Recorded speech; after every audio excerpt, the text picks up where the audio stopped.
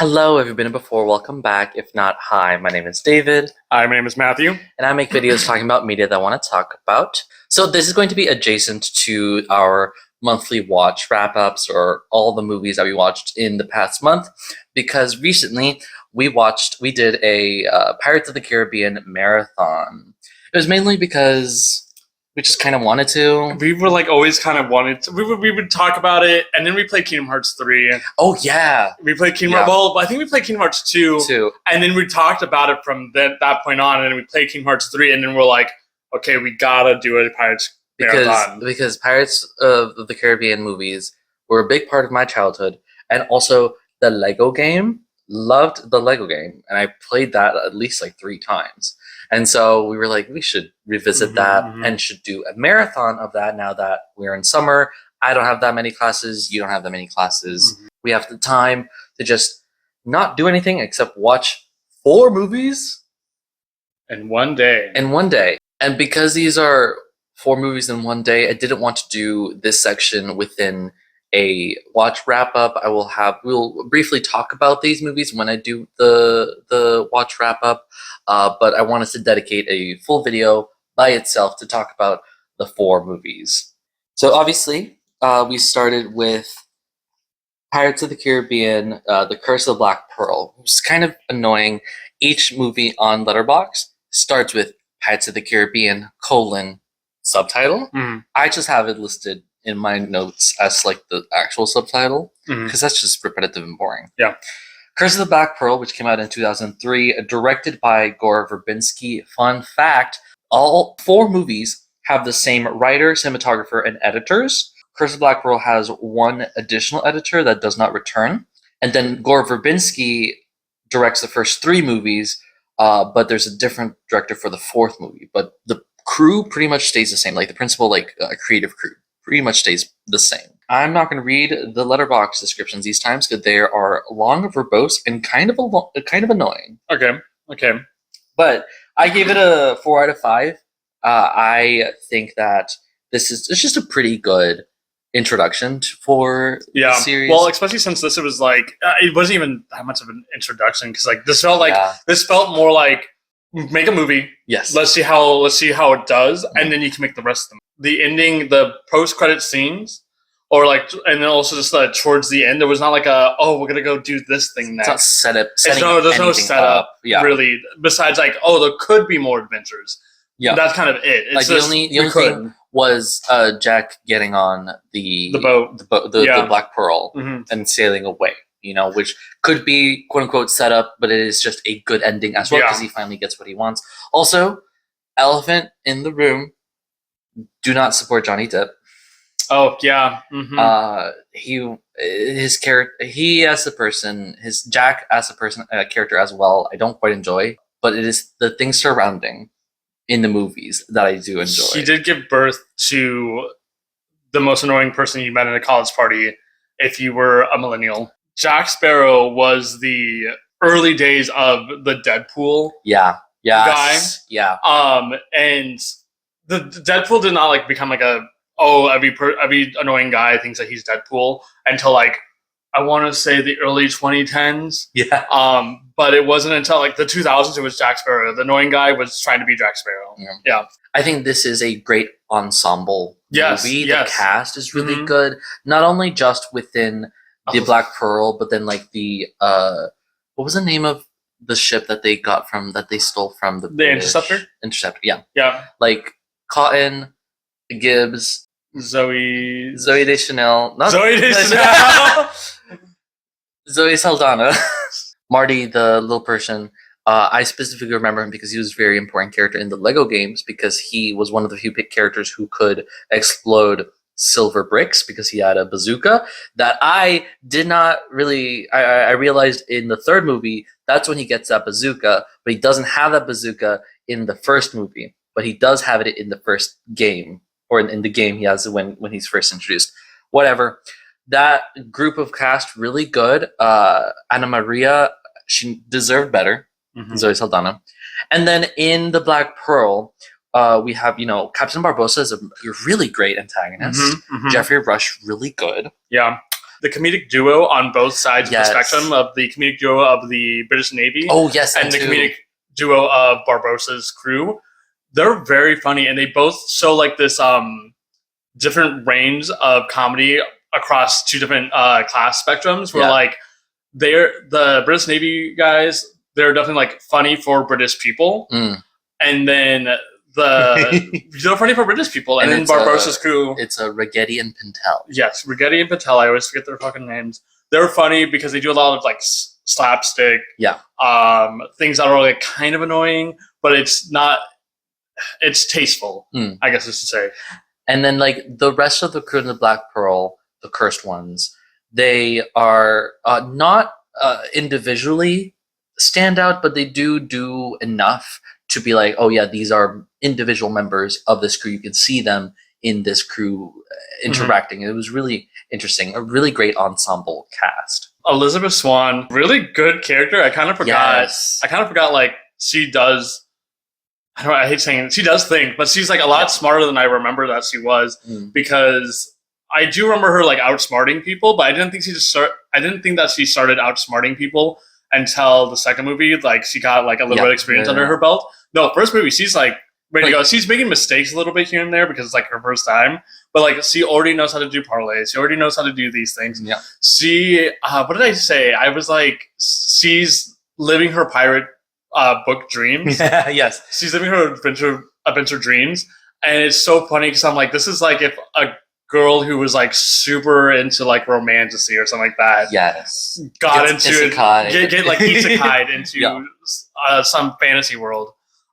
Will, I hate that. I don't want to be like Will is the worst person here, but like he's like very one note because he's Supposed to be. He's supposed to be kind of not one note, but he's supposed to be like brand new to this. Mm. He's fighting him being his past being a pirate, which I really think is He's- funny how to like. I'm not a pirate.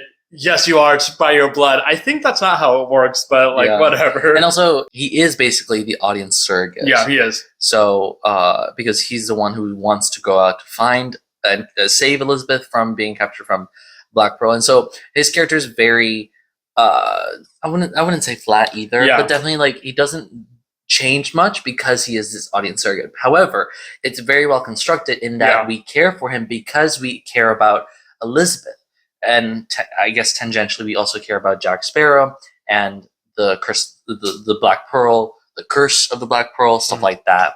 The three principal cast, really stellar, Mhm. really great. I do think that, like, as a story, it's kind of fine. It goes back and forth a lot. That makes it feel like it's dragging a bit. Yeah. But overall, I think this was just obviously a very successful Mhm. movie for a franchise to start with. And the Pokemon that we chose for Curse of Black Pearl was Gimmighoul because of the Aztec Gold. Yeah. They said they had to collect 883 coins. And 999 is pretty close. So, and obviously, there's two different forms of Gimmighoul, so they're both going to be right next to each other. Mhm. One of these is when it looks like it's just out in the wild, and then there's just a chest full of other Gimmighoul coins. Totally makes sense for the Aztec Gold aspect of this movie. And then we have Dead Man's Chest, which is my favorite movie out of the bunch. I gave it a 4.6 out of 5 on Letterboxd, directed by Gore Verbinski. This came out 3 years after Curse of Black Pearl. So, like, 2003, movie came out, did very well. They waited, they slept for like 3 years, and then they woke up. Let's make this a franchise with an overarching story. And I think that, like, the first movie and the second and third movies have connective tissue to them, but it's definitely the first movie in and of itself, and then the second and third ones are one arc, right? Mhm. In a way, I kind of compare it to Inkheart, where Inkheart, the first book, is its own thing, and then Inkspell and Ink Death are its own story, but it's still a trilogy. And it still kind of fits well because there's a lot of things with the Black Pearl and Barbossa. So this is really fun fact.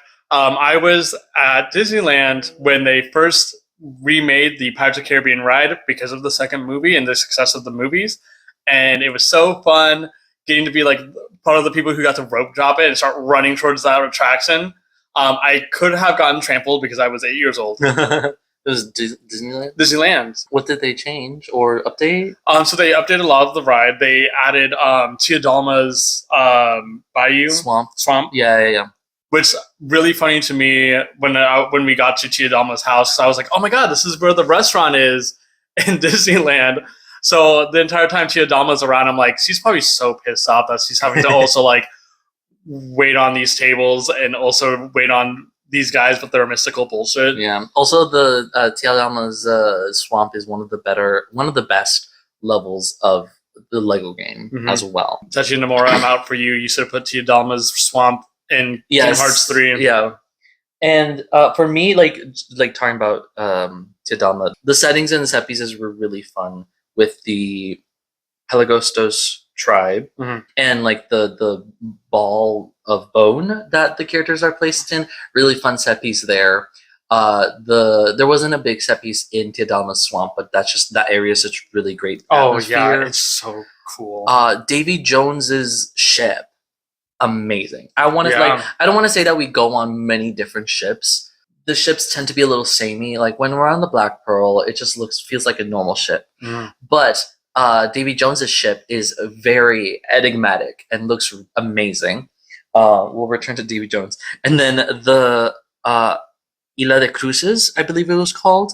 It was Isla de Muerte in the first movie, and Isla de la Cruces, or Isla Cruces, or something like that. I think it's Isla Cruces. Isla Cruces, which is where Davy Jones's chest is buried, the dead man's chest. A really fun set piece because it was just mainly flat beach, jungle, and then like the really great fight sequence on God. On the wheel. The fight scene. Also, what's his name?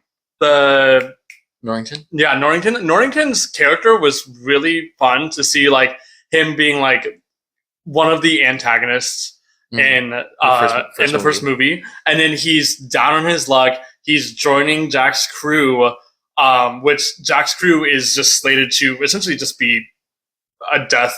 Yeah, they're all slated to die. Red shirts. Yeah, they're all red shirts. Yeah. And so when Norrington shows up and he's like pissed the fuck off, it's so fun to see him like down on his luck. This is the beginning also of all the different deals that are made. Oh my god, yes. The different deals that are made that are so fun. I compared it before that the level of alliances, backstabbing, manipulations that happens is almost akin to the same level of manipulations and deals and alliances that happens in Game of Thrones. And that's why it's really fun. However, as a younger viewer, when these movies came out and stuff like that, you don't really pick up on that. But like as an adult right now watching it, I'm like, oh yeah, this is really fun. Like Norrington's agenda, and like obviously, you know, Norrington, Will, and Jack fighting at the end of this movie, well set up because of all of these alliances and trade deals and stuff like that. But it's just really enjoyable to watch that. As a child, I did not know who Norrington was. He did not look the same as he did in the first movie or in the third movie. So I was like, that's not the same person. Who is this? But I was also a child. So Davy Jones is an amazing antagonist. Such a fun antagonist because like the Barbossa like being like a ghost ship captain essentially was fun, but this is just like a step above now. We're like now we're getting to the supernatural. Yes. And like to me, I knew slightly about Davy Jones, and it's only because of SpongeBob. Yeah, it's only because of SpongeBob that I know about Davy Jones. But like that's all I knew about it. I didn't know that he was some sort of like pirate devil, and also a really compelling, tragic character. Because really we spend a lot of time watching him tragically play an organ. And I'm like, you wouldn't do this for someone that you just want to laugh at or you just want to be afraid of, because you feel his emotion and anger and grief while he's playing his organ. The music motifs are amazing. I think the series also does a great job in suspending our disbelief and setting up how this world is, because in Letterboxd, this is listed first as a fantasy, not historical fiction. Makes sense. Yeah, I mean, you know, the first one's kind of fantasy anyways. Yeah. Exactly. Like all four of them are. Yeah. And so it's like the movie, like the appearance of Davy Jones does not feel like it's out of place or odd, because from the get-go we had not zombies but like ghosts, or they're basically zombies. They're basically zombies. Basically zombie ghosts, ghost zombies. Well set up to have this now half fish, half monster man, and being in control of a kraken, which also great weapon, because it's not a character, it's not No, it's an obstacle, well set up, because it decides the movie doesn't show the kraken much, just shows what it can do, and that's a great tension building for this obstacle to overcome. I really enjoyed the way that he recruits people onto his ship. It's the fact of like, you could not die if you fear death. Oh, yeah. You can just join my ship, or I can just kill you now. If you do not fear death, then he will just let you die. I think that's a really fun. It's a really fun. I don't want to say aspect, but a really fun way to entice people to join his crew. It's an interesting concept. It's a really interesting concept. And this is also when we get introduced to Cutler Beckett, who doesn't become a primary antagonist until the next movie, but definitely well set up that this is power hungry, efficient British leader. That's one of them. Yeah, it's efficient, power hungry British. Who takes over? Like, we saw the discipline of Norrington and the British in the first movie, and this is like a step up, an escalation that paid off more in the third movie than anything. But still, like, he gets what he wants at the end. The villain succeeds at the end of this movie. Yeah. So, and also, like, it's amazing because, like, Norrington, while he is like a secondary antagonist, we see that he is willing to forgive, because when Will and Elizabeth kind of end up together, he's a little upset about it, but he says, "Oh, this sword, this was made with a lot of craftsmanship. You made this. I would hope that you would focus on other things with enough kindness and attention." Yeah. Being like, I'm fine with you being with Elizabeth, this woman that I love, as long as you take care of her. And the Pokemon that we chose was Dondozo from Paldea as well. It's two Paldean. Two Paldeans in a row kill ourselves. And because it is a big focus on the Kraken, there's no Kraken Pokemon in. Closest is Tentacruel. And it's like, I don't want to do a normal octopus. But Dondozo is definitely like a titan, a leviathan that like is huge and terrifying. And so I like to think about it when we were doing when I was thinking Dondozo, was the fact that it does consume people, but it makes it part of Dondozo, the Tatsugiri. And that's very similar to what happens with Davy Jones and his ship, where he recruits people, and when the people are there for long enough, they literally become part of the ship. Stellan Skarsgård as he looks just like Orlando Bloom. He looks just like Orlando Bloom. Yeah. Yeah. And then we have At World's End, which came out a year later in 2007, also still directed by Gore Verbinski. I gave it a 4.2 out of 5. I think this was a really great ending of a trilogy. So good. Really good. So is this your favorite? This is my favorite. Yeah. This is my favorite. And a lot of it is, well, when I was younger, I was really pulled in with Tia Dalma. Yeah. And this like tragic love loss thing. This was like if I was a child, this was one of those like first AMVs I put into my mind. Like, I was putting Cascadia to Tia Dalma and Davy Jones. The personal storylines are really good here. I forgot to mention, and they're really good endings to these characters. I forgot to mention, I did not quite enjoy in the second movie how they were trying to do this weird love triangle between Elizabeth, Will, and Jack, and did not work out, and they didn't push that anymore here beyond just Will knows that Elizabeth kissed Jack to get him to be trapped and be killed by the Kraken, but they didn't push that, and in those individual storylines stayed strong throughout, like Will and Elizabeth, Tia Dalma and Davy Jones being Calypso and stuff like that. Barbosa and Jack are really fun together Mhm. now that they are on the same side. This is also the movie where they have the most alliance shifting God, and shuffling of characters. it's so fun. In the second movie, there was some things issues I had where it's like, oh yeah, I guess this character's on this boat now or stuff like that. Yeah. But here is very much like character hopping to different boats To be and- on different sides. and on different sides, and Mhm. that's enjoyable because it's like, okay, what does this person want to do? What does that person want to do? What time is it? Where are they? And that's a lot more enjoyable. The fact of Will being technically on the same side as Davy Jones yeah, was crazy, especially since, again, watching this while I'm older yeah. and like being able to really understand about how like everything went down, Mm. where I'm like, this makes sense. But I remember as a kid going, what? Yeah. And Cutler Beckett here becomes the main antagonist Mhm. because he has control over Davy Jones, which is a very compelling story because we also see moments of Davy Jones rebelling almost against Cutler Beckett, and Cutler Beckett can be like, I have your heart. They're in love with each other. I have your heart. So you have to do what I have to do, what I tell you to. Like there's a moment early where they're like, oh, Davy Jones is not leaving anybody alive, and I told him to leave people alive. Mhm. And so there's a push and pull of power dynamics between the two antagonists, which is really good writing. Norrington's ending, very good. Norrington's ending is really good. Really good. The one thing that I do wish was, I wish they didn't do a love triangle between Elizabeth, Jack, and Will, that it was still just Will, Elizabeth, and Norrington. Oh yes, because that was that's the original more plan. compelling. That was more.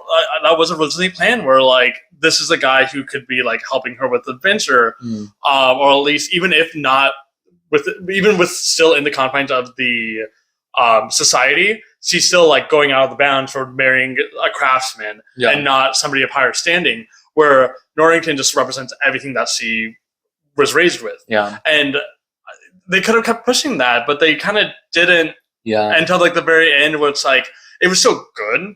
Don't get me wrong, like, it was so good, but I just made me go, wow, I wish this was more in the second movie. Yeah. My biggest issue with this movie, it is very focused individually on Jack Sparrow, which is like, yeah, it makes sense. But personally, as an audience, I don't care about Jack Sparrow. I don't care about Johnny Depp. And even then, like, even if I separate then Johnny Depp, Jack Sparrow as a character is not that compelling to me. And it being so focused on him and like him in the Davy Jones locker and stuff like that, I didn't quite enjoy that. The Davy Jones locker segment, really fun. It was a lot shorter than I remembered it, thankfully. Mm-hmm. But the travel to and leaving on the Black Pearl, really fun. Really interesting. Fun. So fun. Yeah. I don't want to keep talking about Kingdom Hearts 3, but like watching this movie, I'm like, wow, this was such a good choice of a world. Also, in Kingdom Hearts 3, it was so cool seeing Tia Dalma come up to Sora. Yeah. And be set like, up being Calypso. Yeah, it was so fun. And the Calypso storyline is really interesting here. Mm-hmm. In the same way that a good sequel should expand on the world, Dead Man's Challenge doesn't quite expand, or it does expand on the world, but at World's End expands on the backstory of the pirates, you know? Yeah. Because throughout the movies, pirate is set up as like a career path. That's Yeah. sort of like a class of people. You have to apply to it. Yeah. Have a letter. And they introduced the Brethren Court, which Yeah. is a really It was interesting so group of people. fun. It's one of those things where like I always have issues whenever there's like a thieves guild kind of, Yeah. because at the end of the day I'm like, they're thieves, they're gonna fuck around. Yeah. But the way that they were kind of fucking around still, but there was still like at least like still tenets that they had to follow. Yeah. Especially since like they're in this place that is all about like the pirate code is law. Yeah. Elizabeth becoming Pirate King, really good. fun, really good. Again, a really good ending for her character, just ending up as the Pirate King. Mm. Really fun and a good way for Jack to get people of power on his side. Yes. As much as like, yeah, we keep hating on Jack as a character, Yeah. the smart moves are made in these movies. Yeah. They're fun. Elizabeth's character growth is amazing, and this is like the pinnacle of her Mhm, mhm. character growth, character arc here, and the machinations of the pirate lord and stuff like that her becoming Pirate King because of Jack, and she always does the inspirational leader speech. Again, she's the hero of her own adventure story. Yeah. So really fun. And then the Maelstrom is really tightly written action set piece that I felt but went both longer than it should have, but still not as long as that I wanted it to, you know? And then at the end, obviously, the tragedy, it was set up also, I didn't realize this, but like from the second movie, Tia Dalma looks to Will Turner and she's like, you have a touch of destiny. And also just staring at him and being like, oh, this is setting up that Will be the new Davy Jones. Really good there. Bill Skarsgård's also there. Love Bill Skarsgård. Not Bill Skarsgård. I'm sorry, Stellan Skarsgård. Yeah, I'm so sorry, Bill. I'm so sorry, Bill. Well, I'm so sorry, Stellan Skarsgård. I don't care about Bill Skarsgård. I'm sorry, Stellan Skarsgård. I don't know all the Skarsgård. Oh my god. The Cutler Beckett's last scene of him walking calmly on the ship is cinema, and that's what made me so good. Like I literally seeing all of his work destroyed in front of him. It's like good. It's just good business. I'm like, love that. Really well written. And I just, like I said, it's the same writers, Ted Elliott and Terry Rossio, for all 4 movies. Did a really great job of maintaining that momentum from the first and second movies into the third one. Cutler Beckett's amazing antagonist. Davy Jones is amazing and is a really good movie. The setup for the next movie was kind of fun with all of them going, yeah, let's talk about the Fountain of Youth. Let's go to the Fountain of Youth. Oh, let's get the map. We have the map. We can go there. And then Jack cutting out the map to go on his own was a fun way to get ready for the next adventure. Yes. The Pokemon that we chose was Dhelmise, which is it's a grass ghost Pokemon with an ability that also boosts its steel attack moves. But it is a sentient moss or seaweed. It's sentient seaweed that takes over an anchor. An anchor. Well, I think it's a shipwreck, but like it's mostly an anchor. Yeah, an anchor and a wheel. And obviously, because Davy Jones's crew is a mismatch of different things joined together, shipwrecks and like animals and barnacles and stuff. It's like just the perfect pirate Pokemon, and we had to kind of keep it. The entire time we were watching these movies, like we were trying not to like already pick these guys out. Yeah, but we knew that it's Dhelmise. Dhelmise at least one of these movies. Yeah, we had to do Dhelmise and I feel like Dhelmise for the ending of this trilogy makes sense. Was a good choice. Which is going into On Stranger Tides, which came out in 2011. This time it's directed by Rob Marshall, but same writer, cinematographer, and editors. I gave this one a 3.8 out of 5. This is probably my least favorite, but not by a wide margin. I still think I enjoy this movie a lot, mainly also because I really liked the Lego game. Yeah, so, a lot of this is inspired. Yes. A lot of your like experience through Pirates of the Caribbean is strictly the Lego game. Yeah. Like there are moments I'm like watching the movies and like this scene is longer because I spent like half an hour on this level trying to break this puzzle. But no, it's just that it goes quickly. I'm like, all right, I guess, whatever. But yeah, from the get-go for me, I did not quite like how it looked color-wise. It was pretty drab. Even they are in London for like the first part, but then like on Blackbeard's ship and on the Stranger Tide, it looked kind of drab and grayish. However, I did really like the locations themselves. London looks really nice. I don't care about Blackbeard's ship, but the jungles, because very different types of locations as well.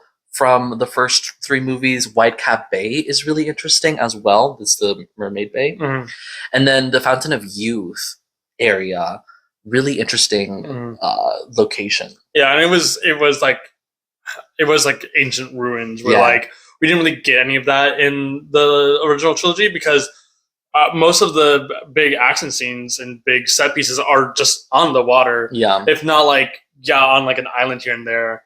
but they weren't like in some sort of ruins. Yeah, the only one would be like at the end of Dead Man's Chest, and that felt more like that was just an island. a colonial island that got abandoned because Yeah. there's like the Yeah, but they didn't feel like ancient ruins. exactly. Yeah, it was definitely like abandoned recently. But these are like Mayan ruins and stuff like that. Mhm. I think that the writing's a little weak here in terms of there's a lot of dialogue that is just fine, and then there's dialogue that you can be like, oh, that's for the trailer. You wrote that Mhm. for the trailer, Mhm. and that's annoying. And I don't know if it's a chicken before the egg thing of like they wrote it for the trailer or the trailer used it a lot, Mhm. but still, it's like this. You can tell that they're trying to do something specific with this dialogue here, with this joke here, with whatever, you know. There's if anybody here watches it, there's a scene in a Snapcube video where they joke about trailers and trailer dialogue, where one of them says, "Hey, let's say something cool here for the trailer," and someone else says, "Oh yeah, cool, I'll do something too," and they don't say anything afterwards, and then somebody just says, "Well, good job, guys." Compared to the other movies, it's a more simple story, which is interesting, you know, a race to get to the Fountain of Youth. But because it's more simple than the prior movies, because we enjoyed a lot of the Mhm. alliances, Yeah. it was pretty simple and not as enjoyable to have them race to the Fountain of Youth. It would have been so fine if they wanted to treat this. If this was a simple movie, fine. But if it was simple because they wanted to put pieces into place for like a new trilogy, Mm. or like perhaps like an actual proper end for like Jack Sparrow, Yeah. it could have been better. Mm. I feel like again, I would have been fine if this was like start of a new trilogy. Let's have this a little bit simple. Then put pieces in their place where it feels right. Or if this is supposed to be the end of Jack Sparrow's story, Yeah. make it a little bit more complicated.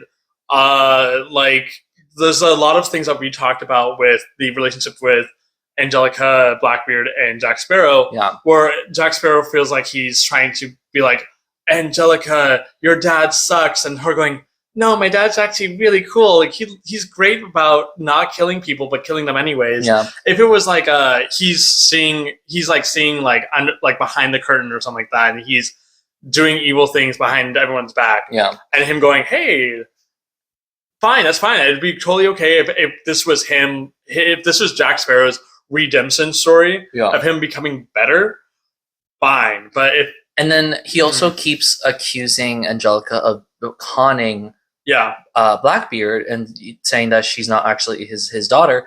But every single action that she does shows that she is Blackbeard's daughter. So Mhm. like that introduction of this complication doesn't go anywhere. So it just feels like an attempt to do something that doesn't go Yeah. anywhere. Jack's quote unquote playing two sides in terms of he's interacting with Barbossa, who wants to kill Blackbeard and stuff like that, but there's no strong friction there.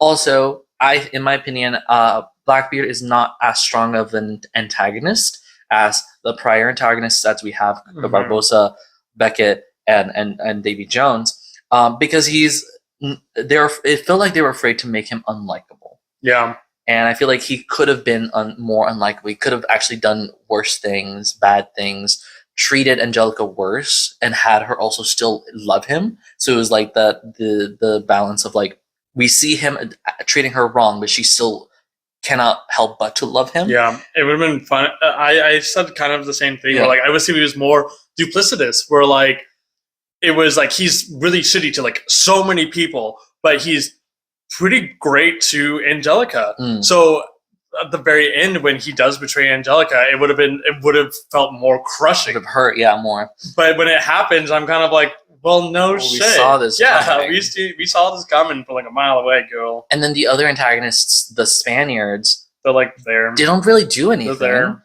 There was no like singular central antagonistic force of the Spanish. It was just the Spanish. Mhm. And I mean, kind of interesting that they wanted to just destroy the Fountain of Youth. That's a revelation, but that also didn't really do anything for the story, so it Mhm. wasn't that interesting in the overall scheme of things. And so I feel like they were attempting to be safe with everything, and they were not taking that many risks in the story. Also, because we have to compare, the cast ensemble is not that amazing. Like Penelope Cruz, Good. Like, Angelica, amazing, Yeah. stunning, Yeah. beautiful. Oh my god, it's really, it's like they put so much focus into Angelica Yeah, that everybody else fails. I think that Finico Dare. Finico there, Philippe or something, whatever. Philippe. The mercenary, not mercenary, He's a missionary. missionary. He's a missionary. He's there. He's there. There wasn't enough characters around here that felt like this is the new crew. Yeah. Um. They tried to do something with Scrum, Yeah. the violin, the The fiddle player. but he felt more like we need to find a middleman between Jack and The rest of the Angelica crew as well. and also the rest of the crew. The young child did some things, but not enough. Yeah. I don't think we needed Gibbs. He didn't do anything in the movie. Yeah, and also the one thing I always get upset with Gibbs is he was with Elizabeth when she was a child, yeah. and then is not there. They don't touch upon it. The only thing they talk about is Elizabeth saying, "Mr. Gibbs." Sorry, Mr. Gibbs. And then when he's in this movie, where they're like, "Oh, well, you were part of the British Navy back in the day, so welcome back." And I'm like, why did we not talk about this on all 4 movies? And then he dies and doesn't come back for the 5th one. He doesn't die in this movie. And then he doesn't come back for the 5th one. I think. Can you pull up the actor for Blackbeard? I think he does a good job with what he's given. I think he elevates the material, but the material is just not that good. But I think he plays him pretty well. I forget his name. He's a pretty famous. Ian McShane. Ian McShane. Yeah. He's in something. He was He's in in John John Wick. Wick. Oh, he's the main antagonist in John Wick. This is the second time we've talked He's about John in Wick. Kung Fu Panda. He's Tai Lung. He's Tai Lung. Yeah. So he's Tai Lung, and we really felt like Tai Lung's energy when we watched this movie. I think he did a really good job for what he was given. Mm-hmm. But like as a cast, as a crew, I did not quite, or not the crew. Well, the crew of the ship, but also there's the crew of the film. Yeah. As an ensemble, it wasn't as good as the prior movies. I wish there was a 5th movie. Too bad there isn't. Too bad there's no 5th movie.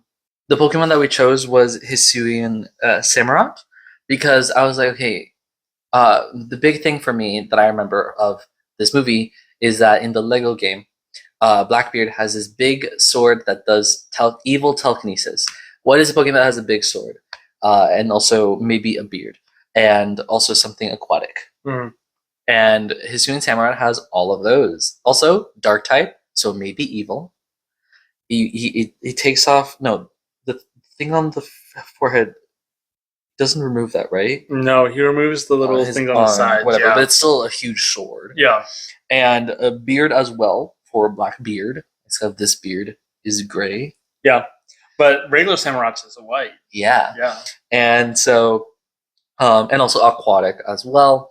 A very strong type Pokemon. Oh, I like the Pokedex entry. Hard of heart and deft of blade, this rare form of Samurott is a product of the Pokemon's evolution in the region of Hisui. Its turbulent blows crash into foes like ceaseless pounding waves. Yeah, so I really like that description. So that fit with this one. We were also thinking of like mermaid type characters. Yeah, we thought about, but the only one that's out there really is like Primarina. And I said like we could go like Frillis and Jellicent a little bit, but they're not like that mermaidy. Yeah. But like that's the closest that you could think of back then. Yeah. Maybe Goldeen. But definitely the feeling of strength and ocean stuff. Mm-hmm. And yeah, I think I would rank from least favorite to most favorite On Stranger Tides, Curse of Black Pearl, At World's End, and Dead Man's Chest. Mm-hmm. How would you rank it? Pretty similar. Yeah. Except for switching Dead Man's Chest with World's End. Yeah. Mm-hmm. I think this is obviously it is a successful franchise because it spawned so many movies. Oh yes, the what did I call it? The DACU, the Disney Attractions Cinematic Universe, which does begin with Country Bears. Before we talk about any of this, Country Bears.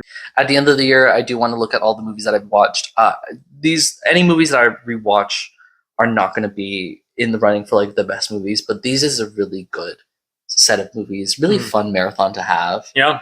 It was also your first time watching On Stranger Tides as well. My first time watching Stranger Tides when I watched some movie that also was Pirates of the Caribbean, but I don't think it was the fifth movie.